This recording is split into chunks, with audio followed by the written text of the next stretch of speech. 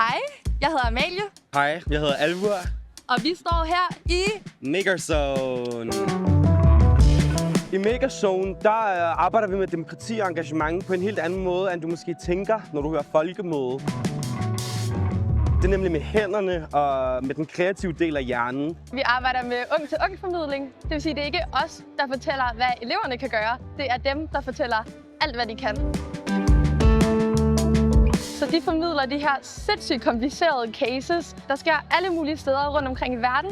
For eksempel er der unge fra Kenya og Kerteminde, der ligesom er gået sammen om at lave en plastik-workshop, hvor vi omsmelter plastik til nøgleringen og til notesbogscovers.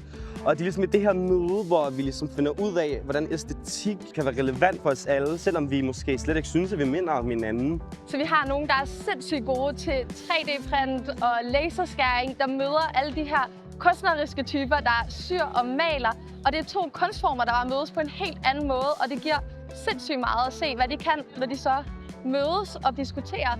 Og det er bare mega fedt at være sådan et sted, hvor vi faktisk kan kloge med vores hænder. Så der er bare den her mega fede energi, hvor alle lærer hinanden at kende.